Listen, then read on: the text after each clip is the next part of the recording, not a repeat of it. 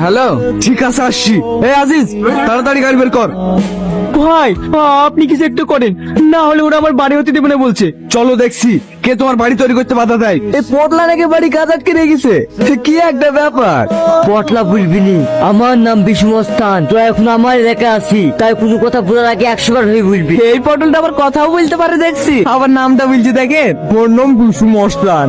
এই আজিজ, একে গাড়িতে তোলতো। আপনাকে যে কি বলে ধন্যবাদ দেব?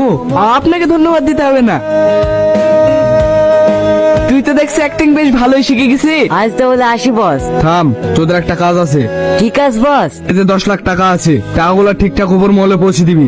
আর হ্যাঁ, তোরা টাকাগুলো নিয়ে যাচ্ছে এটা যেন কেউ জানতে না পারে। ঠিক আছে বস। কি সমস্যা রে তোর? তুই জানিসই আমার কি সমস্যা, আমি তোকে আজ থেকে ভালোবাসি বল। তুই ভালোবাসিস তো আমি কি করবো? তুই কি করবি মানে? আমি কি দেখতে খারাপ তাই আমার সঙ্গে প্রেম করা যাবে না? সর্বছি তোর এই ফালতু কথা শোনার সময় আমার নাই। আমি তো সরে যাবো, কিন্তু একটা কথা মনে রাখি, আমার মতো আশিক এই দুনিয়া তুই একটাও পাবিনি। তোর ওই আলু পড়া রান্নার ভিডিওতে একটাও ভিউ হয় না, আর যে একটা ভিউ হয় সেটাও আমি দেখি। তুই আমাকে এত ভালোবাসিস? হ্যাঁ, আমি তোর জন্য সব করতে পারি। তাহলে আমার তরফ থেকে একটু মিষ্টি মুখ করো। মায়া, এখানে আয়। বলেন বাবু, কিছু লাগবে আপনার? তোকে কতবার বলেছি বাবু বলবি নি, বেবি বলবি।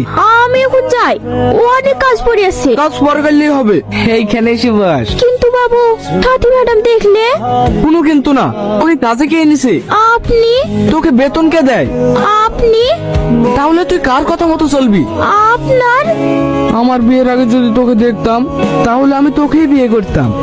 তোকে দেখতে আমার অনেক ভালো লাগে জানিস। বারবার ওই দিকে কি দেখছি, আমার দিকে তাকে কথা বল।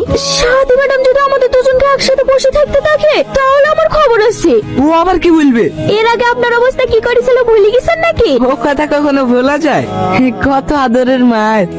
কত আদরের মার আপনার চিৎকার শুনেই বোঝা যাচ্ছিল। তুই আসলে তোকে অনেক কিউট লাগে।